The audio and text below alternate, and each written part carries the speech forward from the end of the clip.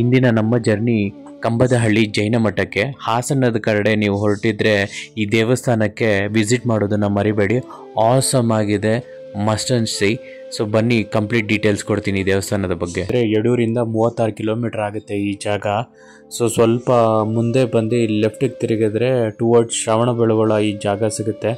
ತುಂಬ ಬ್ಯೂಟಿಫುಲ್ ಆಗಿದೆ, ತುಂಬ ದೇವಸ್ಥಾನಗಳಿಂದ ಕೂಡಿರುವಂಥ ಈ ಜಾಗನ ನೋಡಬೇಕು. ಮಾಡಿರೋದು ಜೈನ ಬಸದಿ ಯಾವ ಥರ ಇದೆ ಅಂತ. ಆನೆಗಳನ್ನ ನೋಡ್ಬೋದು. ಡ್ಯಾಮೇಜ್ ಆಗಿದೆ ಆದ್ರೂ ಇಟ್ಟವ್ರೆ ಪುಣ್ಯಕ್ಕೆ. ಯಾರು ದೇವ್ಕೊಂಡೋಗಿಲ್ಲ ಇನ್ನು ಪುಣ್ಯಕ್ಕೆ. ಎಷ್ಟು ಬ್ಯೂಟಿಫುಲ್ ಆಗಿದೆ ಈ ವ್ಯೂ ನೋಡಿ, ಸಖತ್ತಾಗಿದೆಯಲ್ವ ಈ ವ್ಯೂ ಮಾತ್ರ.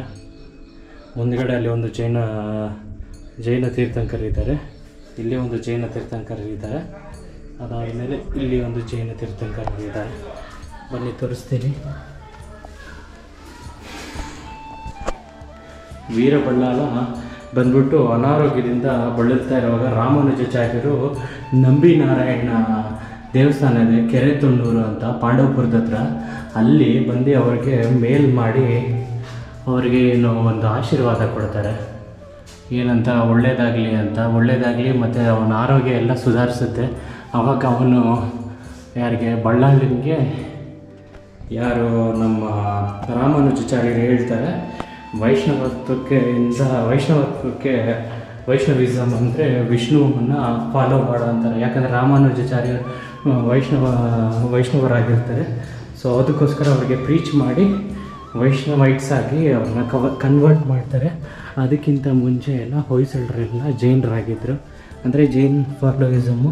ಸೊ ಅದಕ್ಕೋಸ್ಕರನೇ ಈ ಹಳೆ ದೇವಸ್ಥಾನ ಜೈನರು ಸ್ಟಾರ್ಟಿಂಗಲ್ಲಿ ಕಟ್ಸಿರೋಂಥ ದೇವಸ್ಥಾನ ನೋಡ್ಬೋದು. ಆದ್ರೂ ಇಂಡಿಯನ್ ಆರ್ಕಿಟೆಕ್ಚರ್ ಇರೋದ್ರಿಂದ ಇಲ್ಲಿ ನೋಡ್ಬೋದು ಯಮ ಮತ್ತು ಇಲ್ಲಿ ನೋಡೋದು ಯಮ, ಇಂದ್ರ, ವಾರುಣಿ ಮತ್ತು ವರುಣ ಮತ್ತು ಬೇರೆ ಯಾವುದಾದ್ರು ಬೇರೆ ವೀಡಿಯೋನಲ್ಲಿ ಮಾಡಿದ್ದೀನಿ, ಎಕ್ಸ್ಪ್ಲೇನ್ ಮಾಡಿದ್ದೀನಿ, ನೋಡ್ಬೋದು.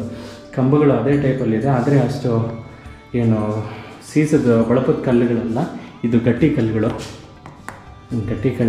ಸೀಸದ ಕಲ್ಲುಗಳು ಅಂದಿದ್ರೆ ಫುಲ್ಲು ನೈಸ್ ಹೊಡೆದಿರೋ ಪಾಲಿಶು. ತೀರ್ಥಂಕರ್ ನೋಡ್ಬೋದು.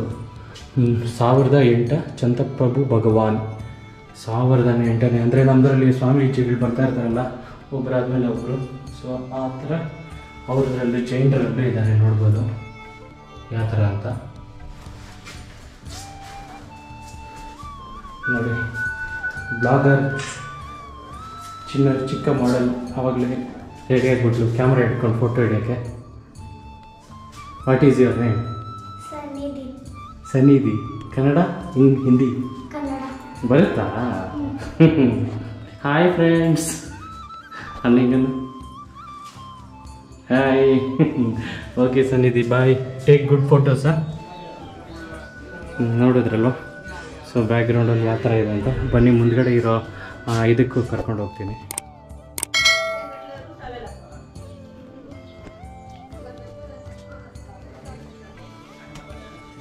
ಸೊ ನೋಡ್ತಾ ಇದ್ದೀರಲ್ವ ಯಾವ ಥರ ಇದೆ ಅಂತ ದೇವಸ್ಥಾನ. ಜೈನರ ಬಸದಿ ಕಂಬದಹಳ್ಳಿಯಲ್ಲಿ ಬರುತ್ತೆ. ಸಖತ್ತಾಗಿದೆಯಲ್ಲ. ನಮಗೊಂದು ಲುಕ್ ಹಾಕ್ಕೊಳ್ಳಿ ಅಂತೀನಿ ಯಾವ ಥರ ಇದೆ ಅಂತ. ನನ್ನ ಗಿಂಬಲ್ ಕಾರಲ್ಲೇ ಬಿಟ್ಟು ಬಂದುಬಿಟ್ಟೆ.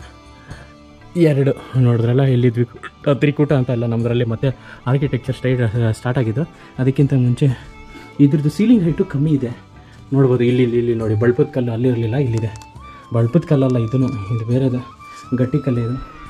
ಅದಕ್ಕೆ ಅಷ್ಟು ಇಂಟ್ರಿಕೇಟಾಗಿ ಮಾಡೋಕ್ಕಾಗಿಲ್ಲ ನೋಡಿ. ಒಳಗಡೆ ನೋಡೋಣ.